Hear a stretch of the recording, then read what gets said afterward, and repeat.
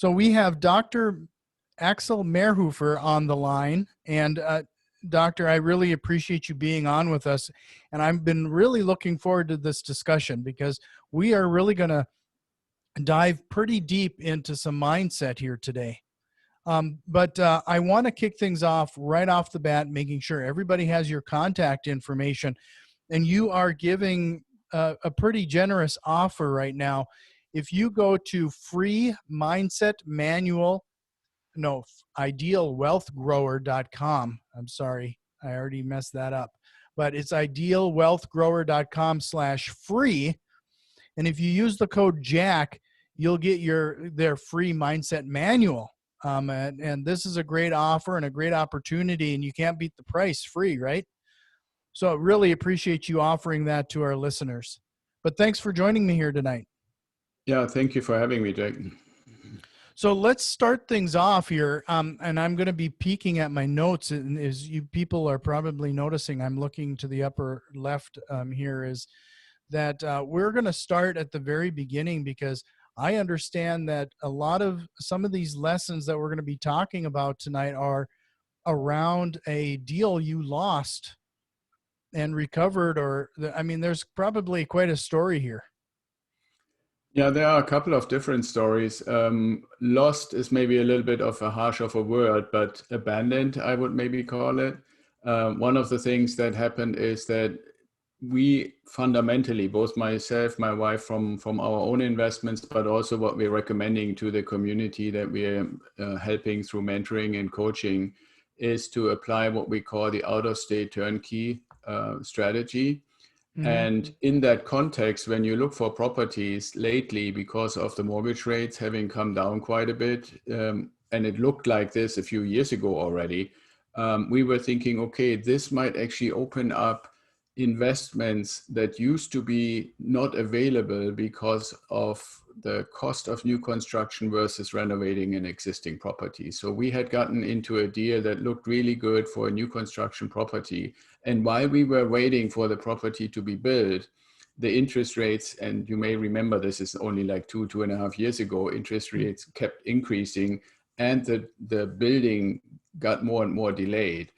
And so ultimately it got to a point, and this is one of the foundational things that I'm always saying, don't invest in a property that doesn't give you positive cash flow on day one. Mm-hmm. And that's why I'm saying it's not really lost, it's more abandoned, because as interest rates kept increasing and I kept running the calculator, it became more and more obvious there was basically no more positive cash flow at the end of that deal. And the builder didn't really want to commit to say, I'm really going to be done. Now, you could say that was maybe a little bit foreseeable, because we started the whole thing in October and they guaranteed it's done by Christmas, and then it came January, and that became end of January and into February. And it wasn't here in San Diego where I live, but somewhere in the Midwest, in the Memphis area. So they had to deal with winter and all kinds of things. So in hindsight, yes, I lost that deal.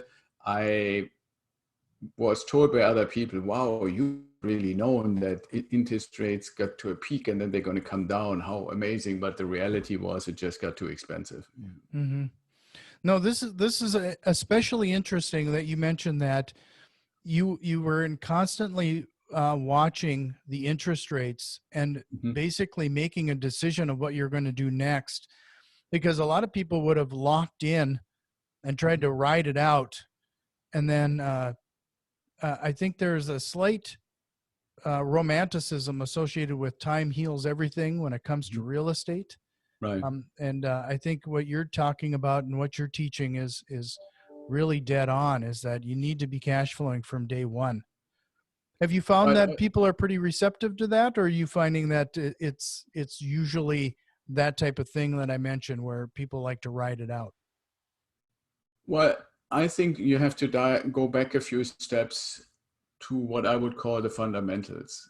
Mm-hmm. So one of the fundamental things that I believe in, and you mentioned the mindset menu right when we started, is like, what's your mindset? And with that mindset is closely related is, what are your goals? What do you really want to accomplish? And one of the things that I teach, or we teach at Ideal Wealth Grower, has to do with what we call economic independence. And the definition for that is the point in time at which you no longer are forced or required to exchange time for money.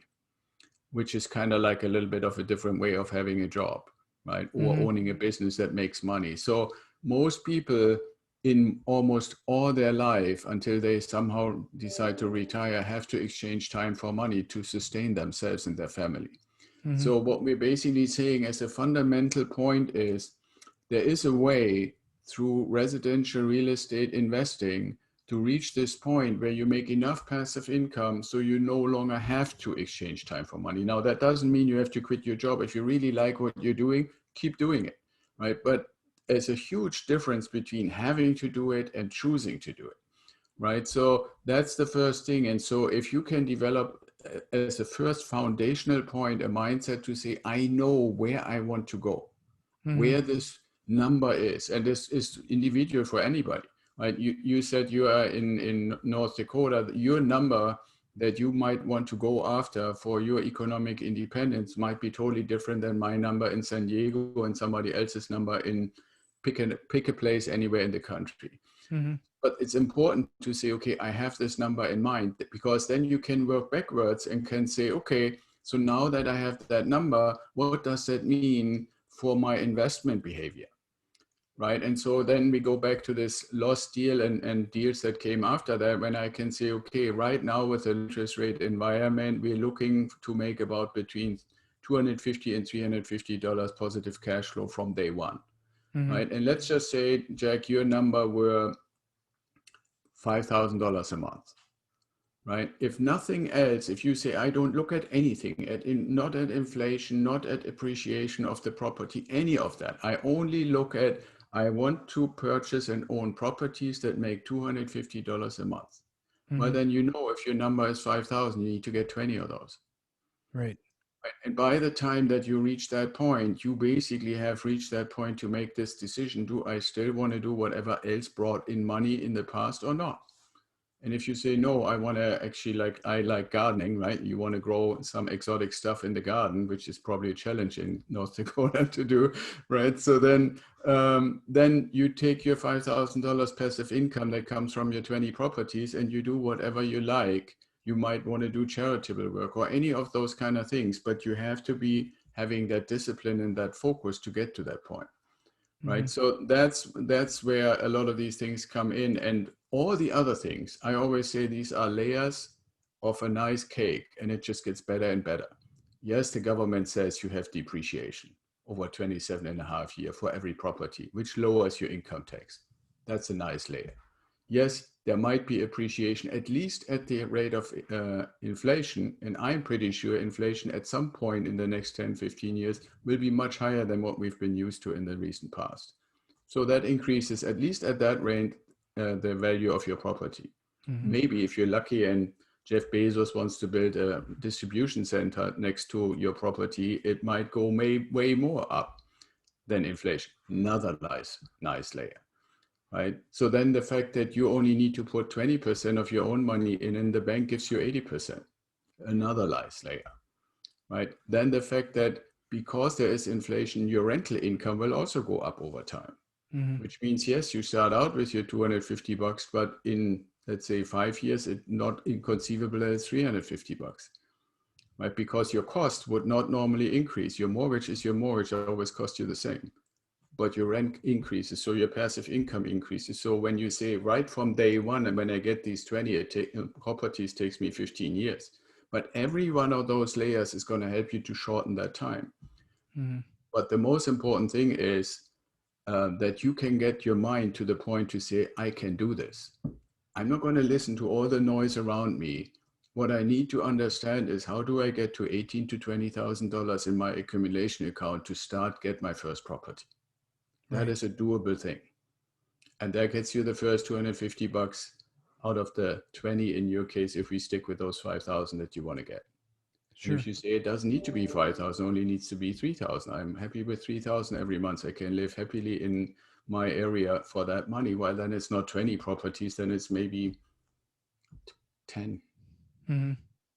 Right. Right, or 9 or something like that. I mean, it's individual for every person and for whatever your wishes are and stuff. But the one thing that's important in this whole image that we are creating here is that initial goal is basically what some people call the worst case scenario. If you work to this goal, at the latest, at the point when you reach it, most of the time already on the path of reaching it, the situation will get better and better and better.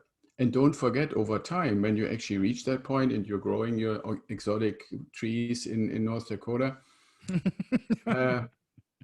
when you reach that point, right, and you're getting your 3,000 or 5,000 a month, a few years later, the first house that you bought is going to pay it off by the mortgage is paid off. Now you're not getting 250 or 350, you're getting 800, 900, 1,000 a month. And that happens for all the 20 houses. So by the time you would get to the age that normal people retire, you would probably make easily in today's money 10, 15 grand and never really change anything other than getting these initial properties. Sure. Right. And so that arc or that path is basically what we are trying to teach and get people to understand. But then also when we're going back to the mindset aspect, to really realize it's not a matter of other people can do this, other people are investors. I always say you need to basically be willing to set yourself a challenging goal, or we call that the BHAG, like Jim Collins. It stands for big, hairy, audacious goal. Needs to be a little bit audacious, 20 houses, right? Or something like that. And then you break it down into individual pieces and you work step by step with a certain level of discipline. I always say you should expect anywhere between 8 and 10 years and you will be there. And it's really not a matter of what schooling you have or what kind of degree you have or what kind of job you have. It's a matter of putting the ingredients together and having the discipline and the willingness to actually do it. And then I'm a little bit biased to say, if you allow me to help you, it goes a little faster and make sure that you don't make mistakes. Sure. Could we, you pulled me back to where we're regarding the mindset thing there. The one thing that I think that I'd like to talk just briefly about is that, we're talking about that 20% down, and I get a lot of people that come to real estate meetups and through this podcast, they start off with no money, and they want to, let's talk a little bit about that being like the first goal, like how people change their mindset so that they make the proper buying decisions and that they make the proper savings decisions so that they can afford that first rental property. Right. Well, one of the things that I have said often lately is we have and are constantly through the media, social media and other things get conditioned to make binary choices, black and white, right or left, up or down, things like that. And in that is good or bad in the context of who is most valuable. And it's almost like the forbidden sin to say, I'm the most valuable first. Right? But if for a second you see that as the middle ground between you not at all being valuable or you're the most valuable, you see that as a middle ground to say, okay, I'm adopting an attitude where I give myself value. Then the next step, especially when you're still single or just, early stages of building a family or stuff like that, is to say, okay, if that is true, then instead of assuming a consumptive attitude, a consumptive behavior where I get money in and I use this money to buy and pay for stuff that I want or need, this valuing yourself first means also pay yourself first. And so my first advice is 10% of anything, of your job, of your Uber driving, of your side gig, whatever it is that you do, 10% immediately when it comes in needs to go, and with some tools you can actually automate it, goes to what I call the accumulation account. And then you have the remaining 90% to do all the stuff that you normally do. Now you can be more ambitious, but it should be at least 10%. That's the means to start accumulating the money that you need to make your first investment. And the other thing is to get away from these huge things that you see like on shows like HGTV, right? The reality is the house that I'm most proud of owning in my investment portfolio is a 3-bedroom, 2-bath house on 3rd Street in Dayton, Ohio, that we bought for $80,000 and collect $900 rent. But when you look at this as an early stage person who wants to get into this residential real estate investing, in reality, that means you need $16,000. Mm-hmm. Right. So if you say, okay, through all the things that I do between myself and my spouse or my girlfriend or whatever, we each do $500 a month, $1,000 a year, 16 months later, you can buy your first house. Mm-hmm. Right. So that's something to realize. When oftentimes people say, oh, the numbers are astronomical. No, they don't have to be. Now, there are a lot of other facets to it, right? Like you can get a place that will never rent properly, or you need to arm yourself to walk down the street and stuff, and you can get stuff for cheaper. Mm-hmm. But that $80,000 house is 8 minutes from downtown, fully renovated in a very nice B-class neighborhood. And people actually bid it up. We offered it for 800 and we're renting it for almost 900 because so many people wanted it. Mm-hmm. Good people with 3 times the income and all kinds of stuff and never missed a rent, even through Corona. Right. So that's, if you on the one hand have that audacious goal, but on the other hand, you break it down as what is the minimum that I need to actually do to get started. 16, 18, $20,000. It might sound a lot for people, but if you imagine for everything that comes in, 10% you put aside, and maybe if you live with somebody or share your life with somebody, the other person does the same thing. It is not an insurmountable thing that is for years and years in the future. Mm-hmm. It doesn't have to be that way. And the interesting thing is, like I talked about these layers of the cake, the same thing is applicable there. Now, when you have that house, it gives you those $250. Mm-hmm. So you add that to your accumulation account. It doesn't take another 16 months to do the next one. It maybe take 12. And then after that, it takes 9. And maybe in a couple of years from that, you can buy 2 houses a year. Mm-hmm. Right. So it's just a matter of how do I get my mind around the fact that it doesn't need to be a huge number, that it is a matter of getting some help to select a good property, not an expensive one, a good one, where the numbers really work, and then work with help, like if you accept the help, work with help to do the right things with your finances. And maybe you need to be a little frugal. Maybe you need to ask yourself, but I think one thing that this whole pandemic has taught us that we can. Mm-hmm. Because a lot of things have been taken away from us. And I think a lot of people realize that some of the stuff that they thought they really needed, they don't need that much, or Mm-hmm. they can get something just as gratifying for much cheaper, Right. which just accelerates your ability to become an investor. And I actually, if you allow me, I actually also teach one other component that I think is very important, Mm-hmm. because we have a tendency to put labels on people and labels on professions and stuff. In investor and landlord, to some extent in certain communities, has kind of like this negativity, this Mm-hmm. rich guy, Porsche driving, whatever kind of person. What I'm saying is, if you really ask yourself, what are we really doing? The answer that I try to get across is, what we really want to accomplish is to provide a fundamental service of the elemental need of shelter to good people who like to live in a freshly renovated house that is clean, smells like a new car, that is fitting their needs at a fair price. Mm-hmm. That's a service that we're providing. And it's a win-win-win situation, because they like to live in a nice, fresh, fairly priced house. We like to have them because they cherish it, they don't trash it, and they pay their rent. And the property management company loves it because they never have anything to do and collect money. Mm-hmm. Right. So that's why we want to be service providers. The service is shelter for the family that lives in our house, not this kind of label of the investor who drives around and just wants to get rid on the back of other people. Mm-hmm. So there's a lot of stuff there that to unpack. One of the things that I we were quickly running out of time already, and I wanted to make sure that we talked about this. Okay. Is that you're talking about, you're living in San Diego, was it? Mm-hmm. Yes. You're living in San Diego, and it sounds like you have properties all over the country. Right. That's another mindset thing that people typically have to get over. There's a lot of people that would, especially maybe this is what you suggest at first, getting that property in your backyard.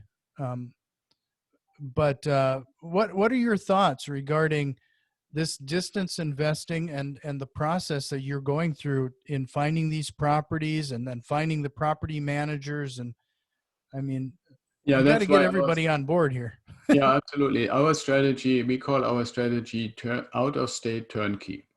And what that means, out of state, is pretty self-explanatory. And this comes from a lot of people, myself included, living in areas where it's pretty much prohibitively expensive. And the point is not that I couldn't buy a property because I don't have the money, but they don't perform. One of Mm-hmm. the really big things that people don't speak about a lot in this context of residential real estate investing is properties differentiate from each other by the performance. So what we always say, and how do we get to these $250 to $350, is that we don't want to have a situation where we cannot get 1% in rent from the property price. To give you a quick example, I look for a property that costs $100,000 and it needs to be easy to rent it for $1,000. Mm-hmm. And it needs to be a good property in a B-class neighborhood with low crime and good economic environment and all those other criteria. So that's a good performance. I can get that anywhere in California, and you wouldn't get that anywhere in New York or on the East Coast either. Mm-hmm. You can get plenty of properties, but you get 0.3, 0.5%, maybe 0.6%, but you're never going to get 1% or more. Or you have to go in the worst areas nobody wants to go to, to get a property that performs, but you're never going to be able to collect the money because people constantly flake out on rent. So that balance is really important for performance. And so now you say, okay, well, a lot of people say turnkey companies are not really a good partner or a good idea when it comes to investing. And I say that's not true. It's like everything. When you say, okay, what's out there, for example, in food, not every food is healthy for you or good for you. What you want to look for is the high quality. And that's what we do as well. And that's what I do for my own properties. We have one handful, 5 turnkey companies. And why only 5 out of hundreds that are out there is because these have to have a triangular relationship where one corner is they need to find the property and take the risk to renovate it. For Mm-hmm. me, I'm not even touching it. I only want to see what the scope of all the renovation is, but I'm not involved. I'm just looking at it.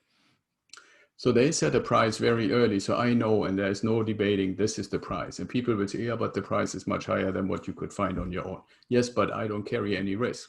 And they are entitled to get a little bit money for carrying all the risk of the broken foundation that they found or the wrong electric in the walls or whatever. Mm-hmm. So they get a little more that you might be able to get on your own. But I believe they deserve it. Now, number 2, and one of the more important things is these same guys that found it and renovated it and then actually sell it to me, right? They find it, renovate it, they sell it. They also need to be the ones who manage it. And now it becomes very obvious, why is that important? If they renovate it right, then the management is easy. If they do a shitty job on the renovation, the management is horrible. And to make it a little more painful, we insist, and it's not really a problem because all the turnkey providers we work with do a great job on renovation. But we also insist that we get a guarantee for the first year after we buy it that anything that goes wrong, they pay for it. Which also means how stupid would they be if they do a bad renovation that doesn't even hold up for a year. Mm-hmm. So and there aren't that many out there that actually find performing properties in good areas that they sell you for a fair price, that they can rent for a fair price, and that are renovated and they manage them to a degree that you don't have to worry about anything on maintenance or any kind of stuff in the first year. And so when you have that, then you come to realize there aren't that many places in the country where these companies exist that can actually pull that off. And they are not in the expensive areas because it's impossible. The numbers just don't work. Mm-hmm. No, And that's why you want to hook up. It's not just me. I'm just saying, the point is you need to have these criteria. Mm-hmm. Your $16,000 to $20,000 for your first investment need to go in a property that performs well and that you basically have no more than maybe 2 or 3 hours a month to do with. And when your portfolio grows, the time that you need to spend shouldn't grow. Mm-hmm. No, that's your triangle there is awesome. I mean, if anybody got anything out of this discussion, I mean that alone was worth the time investment here tonight. Yeah, So, and that's, I'm you know, sorry for interrupting, Jack, but that's what your audience members, anybody, especially people who start new, that's what they should ask. You find it, you renovate it, you sell it to me, you manage it. If mhm. everything to that is yes, then you can start a conversation. If they say no, no, no, we don't, either one of those, just walk away. Yeah, the reason I was going to put you on the spot is that, when we were talking about, you're talking about $250, $350 in Mhm. monthly cash flow, more times than not, especially when you're trying to do what you're suggesting, and if you're not asking those three questions, especially if it breaks, you have to fix it, like that year warranty is you're asking for. More times than not, that cash flow will disappear that first year. I mean, it's hard to cash flow, especially that first year when you acquire rental property. But if you do everything you're suggesting here, including the warranty, I mean that really sets you up for a good long-term rental. Oh Um, yeah, absolutely. I totally agree. That is a very great analysis. The point is also the good turnkey providers want to have good tenants. They want to have good properties. They want to have a very limited amount of maintenance. So it's a matter of the quality of stuff that you put in. And this comes back to that triangle. If you know that the property is going to come into your inventory and it's going to come into your maintenance, then it makes sense that you put a little bit better hardwood floors, a little bit better faucets, a little bit better kitchen tile, and all those little things, your ceiling fans, light fixtures, whatever might happen, that than you would if your only purpose was to make everything look good so you can sell it. mhm, Right. And that's one of the big differentiators. Oftentimes you find people who renovate stuff, then they sell it to a real estate organization that calls itself turnkey, but all they do is put a profit margin on it and sell it to you. mhm, And then as soon as something breaks, they say, we didn't renovate it. There's people who sold it and say, deal is done, read the fine print, nothing with us, go to your property managers. And the property managers say, well, it needs to be fixed. The tenant is entitled to get it fixed. mhm, But then guess who pays? And your cash flow is gone. Now, one thing I want to point out here real quick is about 2 years ago or so, even year and a half ago, if you ran the same numbers and so forth, your cash flow was probably more between $150 and $200. The reason that it is more now in the 250 to 300, sometimes even beyond, is because interest rates have come down so much. I mean, 2 years ago, you would have been hard felt to get an investment loan, not the same like when you buy for your own house, but for an investment property, probably between 5 and 6%. And now you can get it, in the 4%, some right around slightly below, slightly above 4. And 1.5% makes a good chunk of difference. That's basically $150 a month on a $100,000 property that you're having in addition in the money just because interest rates are lower. right. So, I'm going to guess too then that if you identify a good turnkey provider, they will likely be also established in that community because you'll likely need that banking relationship where that property is in order to make that acquisition, right? Well, that's one way if you do it yourself. If you were to actually say, I find a turnkey provider on my own, I go after it on my own and so forth. What I actually do for our clients and for myself is I identified a lender who is working nationwide. Hmm, So you only need to qualify one time because the idea is if you only wanted to buy one property, you will never get to your economic independence goal. Right. So right. it's clear from the get-go that you will have to acquire a certain number, whether that's 5, 10, 15, or 20 properties, but it's pretty clear over time you want to acquire a number of properties. And if that question is answered yes, then it also makes sense that you qualify with one lender and then you have a long time relationship with that lender, and it's not so important exactly where that property is. So the lender that we work with and also introduce our clients to operates nationwide. So if I have a turnkey provider, like I literally have one that I own 4 properties, under their management, and they just happen to be at the intersection of Iowa, Illinois, and Idaho. Hmm. So 4 properties, 3 states. It didn't really matter because it came all from the same lender. But I want to say you're right. If you do it basically in a captivated approach for yourself, then yes, these turnkey providers also have great relationships to banks. great relationships to title companies, and typically also great relationships to insurers that give you a fair deal and not, the deal that sucks a lot of money out of your deal. Mm-hmm. And so all these things make a difference, right? And there's a lot to learn. That's why I'm oftentimes saying, when people ask me, well, why would somebody do mentoring with you versus just learning this stuff on their own? And I'm not saying they couldn't.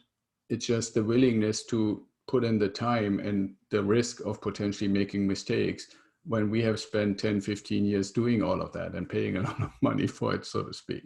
Right. So, and naturally the relationships, right? I mean, yes, you can find the lender yourself, but only those folks who say we want to work with you also get access.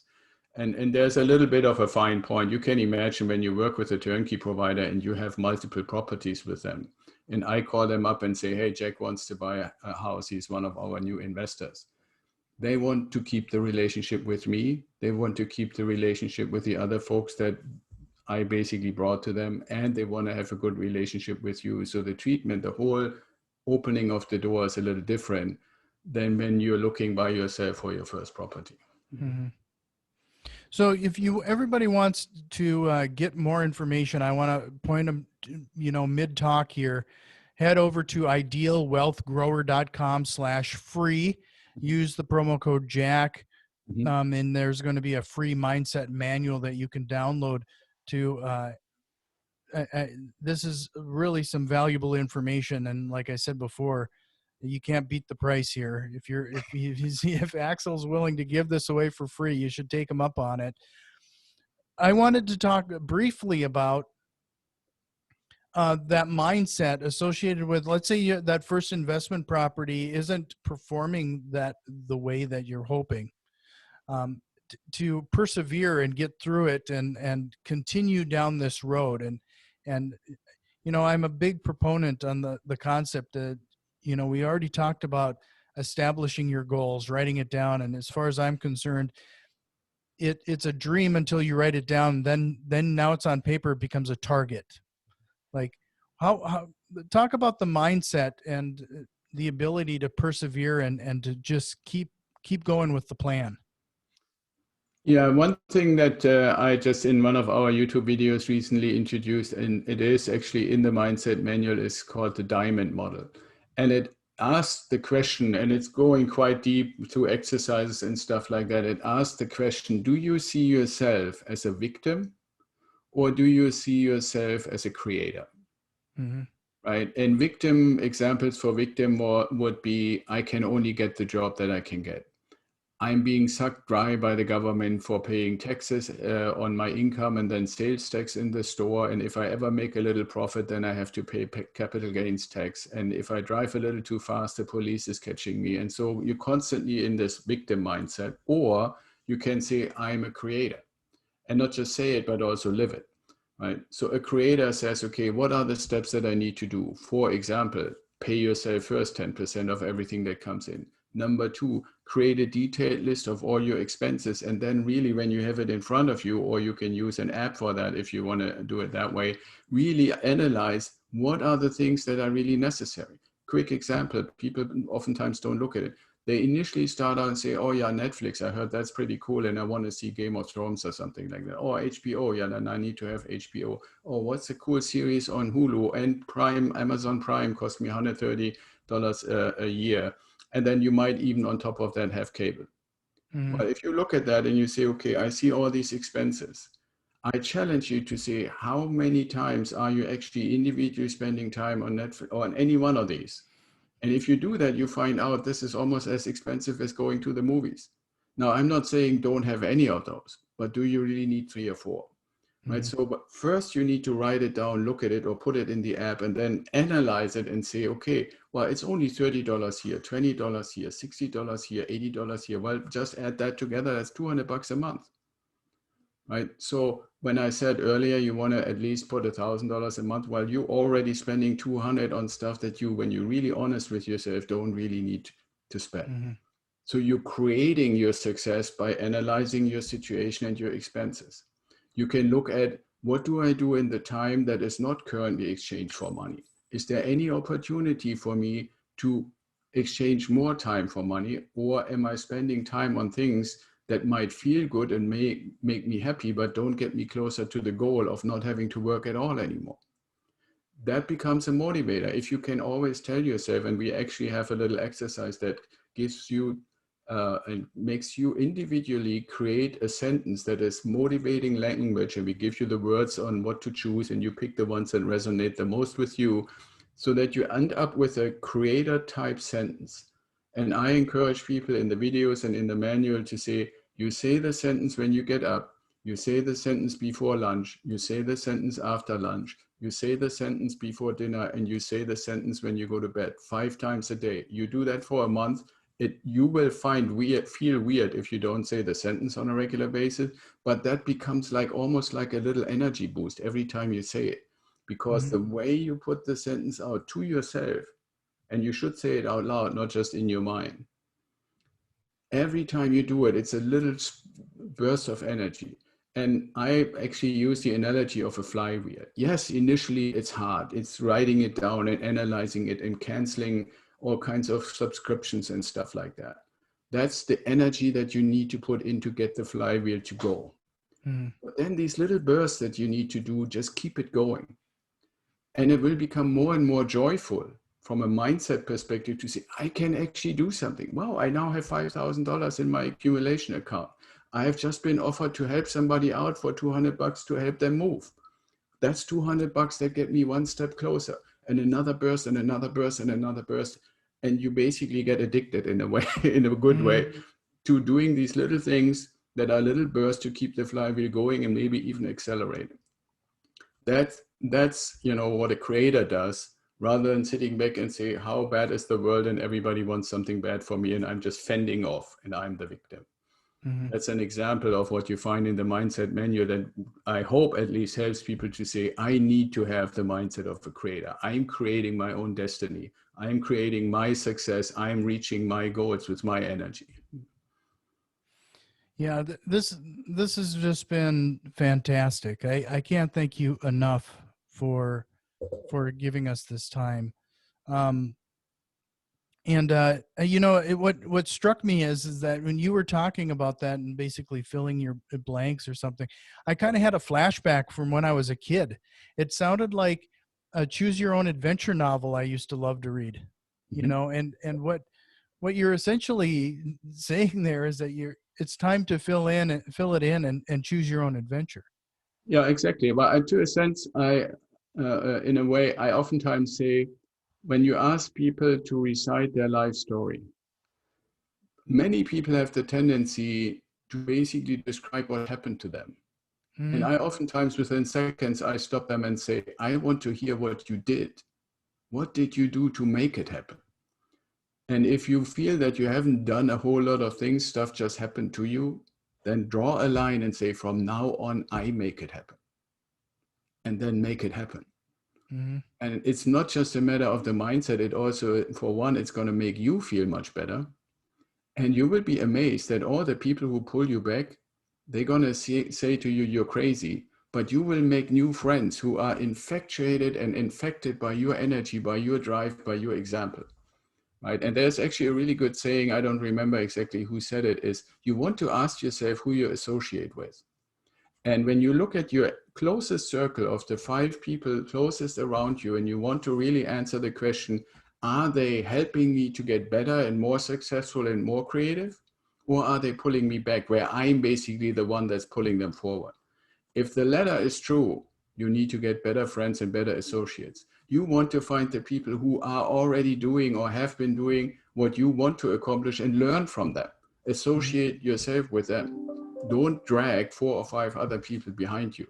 They're holding you back from your success. It sounds a little harsh, but that's what you need to do and actually really push forward. And you will be surprised how quickly you find people who want to join you on that journey. No, this has just been just great. I really appreciate you giving us this time here tonight. If you want more information, I'm definitely going to be pushing everybody to idealwealthgrower.com/free. Use that offer code Jack to get that free mindset manual. This is like square one. This is where you have to start. it's not something that's nice to do. I'm going to say that this is something that you have to start if you're really considering getting into real estate investing, or frankly, based on what our discussion here tonight, I would say any kind of career, you probably should kind of go through some of these mindset exercises. Um, and I'm a big proponent. And the first investment that we need to make is in yourself, and this is what you're talking about. I really appreciate the messages you've given here tonight. But a couple of those highlights that I kind of wanted to kind of summarize here, just things that are standing out, is those those choices we're making, those, whether it's those purchase choices, those actions we're taking. I absolutely love the concept of you asking people about, tell me your story, and stopping them and making them change that discussion. What did you do? What actions did you take to get to where you're at, or get you where you want to go? I mean, fantastic. um, Defining those goals. What are your goals, and how are you going to accomplish them? I've even pushed people towards doing dream boards and everything. I mean, it sounds really hokey at the time, and in fact, if you would have asked me 5 years ago if I'd be doing a dream board, I'd tell you you're crazy. Now I have them hanging up um, by my shower mirror, so I have to look at it every day. I mean, it's something to get your mindset right. I love that you helping the, I think it's in this mindset manual, creating that sentence to repeat to yourself 5 times. How powerful is that? And I can't tell people enough that repetition is the key to like everything. I mean, it's really important. And I really love the concept of breaking down those goals. And when you mentioned being audacious with some of those goals, when you start breaking them out into digestible pieces, I mean, it makes it far more accomplishable, and it makes it a very achievable. I can't thank you enough. I mean, this has been a fantastic conversation. Was there anything else outside of what I brought up here now at the end that we should probably bring to the forefront here again? No, absolutely great summary, Jack. I really want to thank you for allowing me to be on your show and talking to you and to your audience. And the one thing that I can say is we're trying to cater to like a age group that can, some people like videos better. So we have a pretty good YouTube channel, I believe, but we also are on Instagram, Facebook, and the other social media channels. So whichever one of those you prefer, if you put in Ideal Wealth Grower, you should find us. And you know, one thing that we also do is complementary strategy sessions. So if some of your listeners heard something where they say, oh, I like to dig a little deeper, or I like to have a one-on-one conversation, I might even want to consider if this kind of mentoring stuff is for me, then you can find that on our website. You can schedule it with us, and it's really meant to be complementary. My motto has always been helping others help themselves become successful. And I really mean that, you know, seriously. And so that's why I'm therefore not, we're not in business for charity. Ultimately, our services do cost money. But to find out if we are the right partner for you, we want to give you the opportunity without having to pay for that. So, no, really appreciate it. And make sure, again, idealwealthgrower.com/free, and use that offer code Jack, and take him up on that free offer. Thanks again.